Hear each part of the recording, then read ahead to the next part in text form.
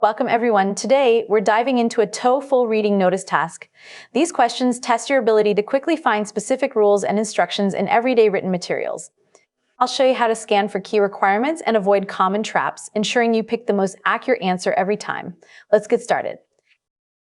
If you find these strategies helpful, be sure to subscribe to myTOEFL for more expert lessons.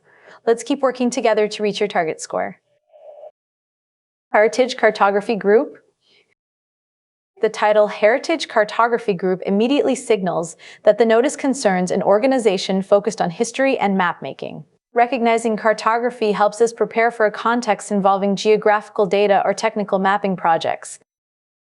Local Landmark Survey Registration. The subtitle narrows our focus to a survey registration, indicating that the text will explain the steps for signing up. It tells the reader that the core purpose of the notice is to collect participants for a local landmark study. Students interested in mapping the 19th century trade routes must sign up through the organization's digital dashboard before the weekend. This sentence sets the deadline and the method for entry, requiring students to use a digital dashboard. The mention of trade routes defines the specific academic subject the students will be working on. Applicants should download the GPA's equipment guide and complete the online topography quiz found in the members section of the website.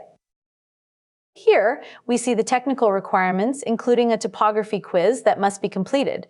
By using the word applicants, the text implies a formal process where certain skills or knowledge are verified before participation. To finalize the application, participants must deliver a signed liability waiver and a valid student ID to the Supply Center in room 35. This sentence outlines the final physical steps, requiring the delivery of a student ID to a specific office. The phrase, "finalize the application," confirms that these in-person tasks are necessary to complete the registration. What type of organization issued the notice? The question asks us to identify the type of organization that issued this notice. We should look for clues in the title and the specific requirements, like the need for a student identification, to determine who is in charge. Let's take a closer look at option A, a professional medical lab. While labs deal with technical data, there is no mention of medical work in the text. The focus is entirely on mapping trade routes, which is a geographical and historical task, not a biological one. Now, let's examine option B, a local transportation office. A transportation office usually manages city transit, whereas this notice is about heritage and historical mapping. The academic requirements, like a quiz, suggest this isn't a standard government transit office. Here's option C. Let's break it down. A campus geography society. This is the best fit because geography directly relates to cartography, and the requirement for a student ID strongly implies a campus or university-affiliated group. It connects the subject matter with the target audience perfectly. Let's evaluate option D together. A commercial shipping firm. Although a shipping firm deals with routes, the term commercial is incorrect because the notice describes an academic survey for students. The presence of a topography quiz indicates an educational purpose rather than a business one. The correct answer to this question is option C, since it aligns with the geographical focus of cartography and the academic context of the student ID requirement.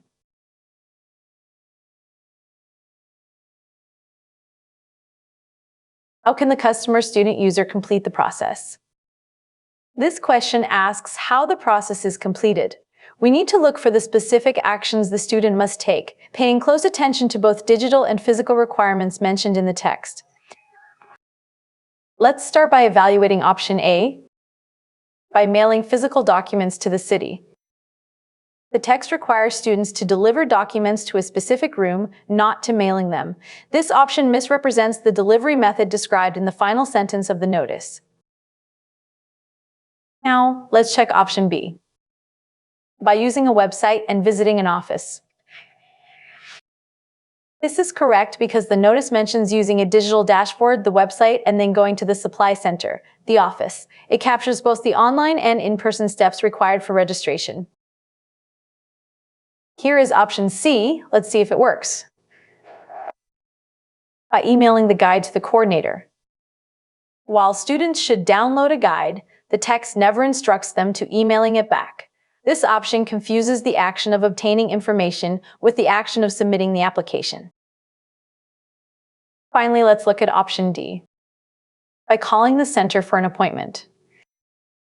As a notice gives a specific location, room 35, for delivery, but it does not mention calling or making an appointment.